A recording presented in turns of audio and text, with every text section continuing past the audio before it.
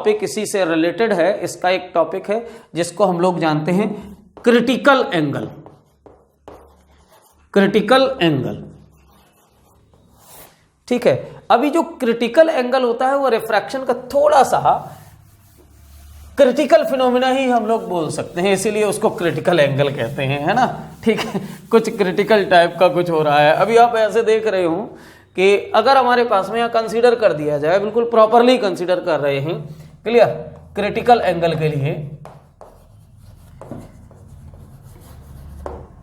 कि लाइट अगर हमारे पास में डेंसर मीडियम से रेयरर मीडियम में जा रही है, आइडेंटिफाई कर दिया हमने, कहा कि ये डेंसर मीडियम है और ये रेयर मीडियम है, ठीक है। ये हमारे पास में एक नॉर्मल है और लाइट रेज, नॉर्मली देखिएगा कि लाइट रेज हमारे पास में इस तरह से जा रही है, क्लियर, एक सर्टेन एंगल आई के लिए, क्लियर। तो ये हमारे पास में अवे फ्रॉम द नॉर्मल हो जाएगी, इस तरह से जा रही होगी, ये एंगल हमारा आर हो जाएगा। यहां पर आप देख रहे हैं क्या, कॉन्सेप्चुअली आई की जो वैल्यू है वो लेस देन आर है, ठीक है, रिफ्रैक्शन में। अभी हम आई की वैल्यू को थोड़ा सा और इंक्रीज करते हैं, ओके। तो आप देखेंगे कि कुछ एक नई चीज मिलेगी कि अभी यहां पर हमने क्या किया कि आई की वैल्यू को थोड़ा सा इंक्रीज किया, आई की वैल्यू को हमने थोड़ा सा और इंक्रीज किया। आई की वैल्यू फॉर एग्जांपल हमने यहां से यहां ले ली, ये ले लिया आई की वैल्यू को, क्लियर है ना। आई की वैल्यू हमने थोड़ी सी इंक्रीज कर दी, मैं ये दिखा रहा हूं आपको कि इंक्रीजिंग वैल्यू ऑफ आई, इस तरह से इंक्रीज कर दी। तो ये हमारे पास में क्या हो रहा है कि नॉर्मल से दूर जा रही है, तो एक कंडीशन आ जाती है जिसपे हमारे पास में जो एंगल ऑफ रिफ्रैक्शन है इसकी वैल्यू हो जाती है 90 degree for certain value of I, okay. इस वैल्यू को हमने कह दिया C, मतलब समझ रहे हैं कि when the light rays goes from denser to rare medium, ठीक है, denser to rare medium, then the angle of refraction is 90 degree for a certain angle of incidence, that angle of incidence is called critical angle. मतलब समझ रहे हैं कि when the light ray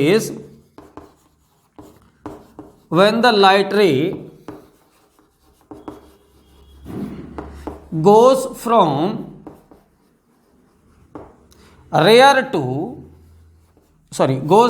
denser to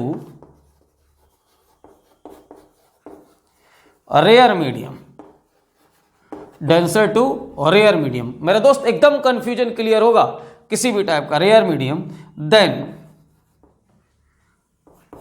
the angle of incidence at which the angle of refraction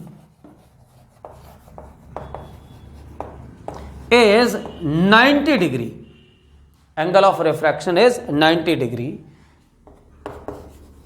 that angle of incidence is called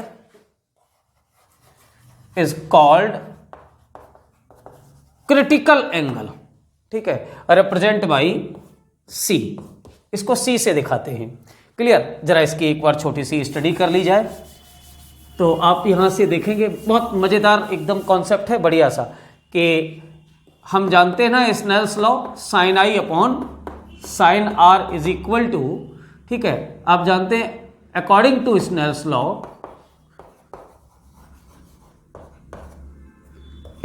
law, sine i upon sine r equal to, हमारे पास में क्या था कि 1 and 2, ओके।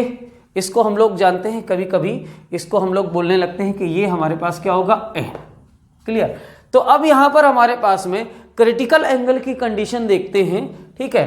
तो sine C divided by sine 90, okay, clear. तो ये हमारे पास में इक्वल टू आ जाएगा। अभी यहां पर हम लोग एक मीडियम ले लेते हैं कि नॉर्मली कि हमारे पास में क्या है कि फर्स्ट वाला मीडियम एयर है और सेकंड वाला मीडियम क्या है, ठीक है, ग्लास ले लेते हैं या वाटर ले लेते हैं, कुछ भी ले ले, मतलब कि हमारे पास में स्नेल्स लॉ को हम ऐसे जानते हैं और ये इज इक्वल टू क्या है, एन हमने एज्यूम कर लिया। अब हमारे पास में यहां पर आप देखिए ये क्या है, डेंसर। डेंसर का मतलब ये हमारे पास में होगा ग्लास, ठीक है, और रेयर का मतलब है इस कॉन्सेप्ट में ये होगा हमारे पास में एयर। या वाटर भी हो सकता है या एयर भी हो सकता है, बट याद रखिएगा कि हमारे पास में लाइट रेज कहां से जा रही है, डेंसर मीडियम से रेयर में जा रही है, डेंसर से रेयर में। क्लियर, बट ऐसा होता नहीं है, लेकिन ये एजम्पशन है कि डेंसर से रेयर में जा रही है। क्लियर, नॉर्मली ऐसा नहीं जनरली होता है, ये स्पेसिफिक कंडीशन होती है। जैसे मान लीजिएगा कि कोई आपने लेंस किसी लिक्विड में रख दिया, तो अब लिक्विड में क्या होता है कि लाइट रेज लिक्विड पे जाएगी, फिर इसके बाद में लेंस पर पड़ रही होगी, ठीक है। बट बेसिकली लाइट रेज आई कहां से है, एयर से। क्लियर, तो एयर हमारे पास में रेयर मीडियम है, तो हमेशा रेयर से आने वाली लाइट के लिए हम लोग स्टडी कर रहे होंगे, तो sine C upon sine 90 is equal to n हो जाएगा, ठीक है। इसको आप ए एन जी भी बोल सकते हैं, ए एन डब्ल्यू बोल सकते हैं, या जिसमें भी एयर से लाइट कहीं भी जा रही हो। क्लियर, यहां से आप देखेंगे कि साइन सी की वैल्यू क्या आ जाएगी, इज इक्वल टू एन।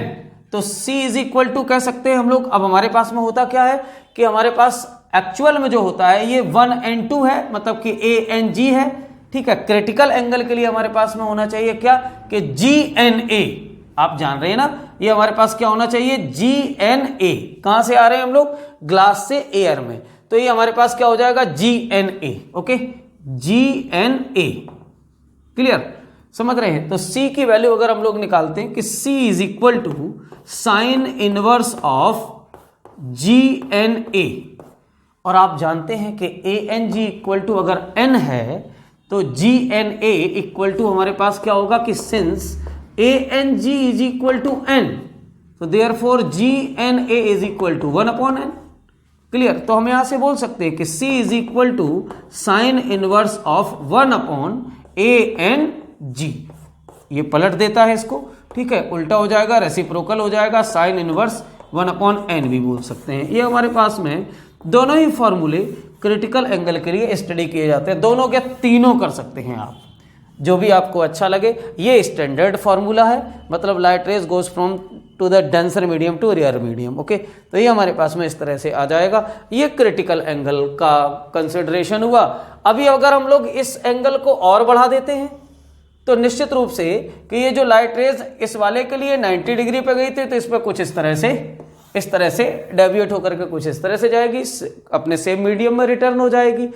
और जब लाइट रेज सेम मीडियम में रिटर्न हो जाती, तो मतलब यहां तक तो आपके पास में I is equal to C था, क्रिटिकल एंगल हमने I की वैल्यू C से और ज्यादा इंक्रीज कर दी, तो वो हमारे पास में क्या हो गया, लाइट रेज वापस उसी मीडियम में रिटर्न हो गई, मतलब कि I हमारे पास में ग्रेटर देन क्रिटिकल एंगल हो गया, तो लाइट रेज वापस लौट करके उसी मीडियम में चलेगी। अगर इसको ऐसे देखें नॉर्मली कि अगर हमने क्रिटिकल एंगल से ज्यादा की वैल्यू दे दी I को, I की वैल्यू अब हमारे पास में कुछ ऐसी है जो क्रिटिकल एंगल से ज्यादा है, मतलब I हमारे पास में क्या है, ग्रेटर देन क्रिटिकल एंगल।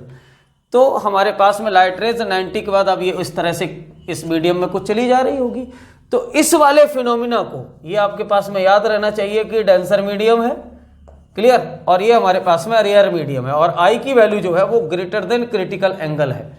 तो हमारे पास में क्या हो जाता है कि लाइट उसी मीडियम में लौट करके वापस चलेगी, और इस फिनोमिना को हम जानते हैं टोटल इंटरनल रिफ्लेक्शन, मतलब टोटल इंटरनल रिफ्लेक्शन। मतलब आप ऐसे समझ सकते हैं कि when the light rays goes from denser to rare medium, ठीक है, then the value of angle of incidence is greater than critical angle, then the light rays return in same medium. This phenomena is known as total internal reflection. Okay, तो critical angle का ही एक part है total internal reflection. Okay, total internal reflection. और total internal reflection को हम लोग ऐसे कह सकते हैं कि व्हेन द लाइट रे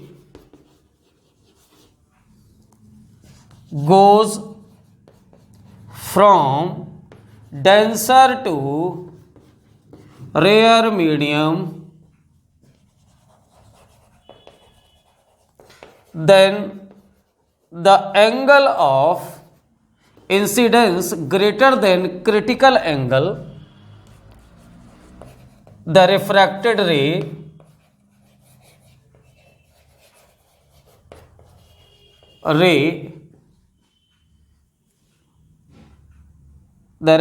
ray goes in same medium.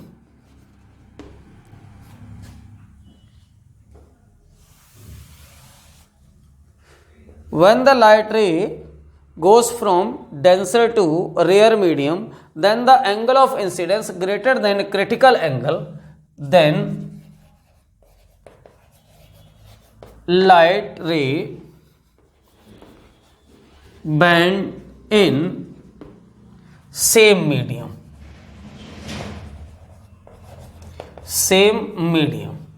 This phenomena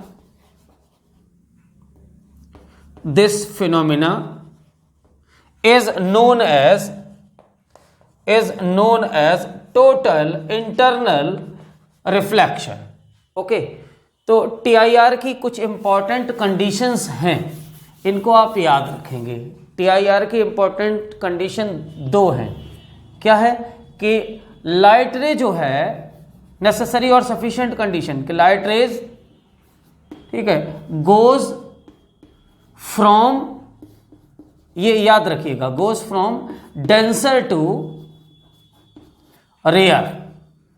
okay, और दूसरा ये है हमारे पास में कि angle of incidence always greater than critical angle.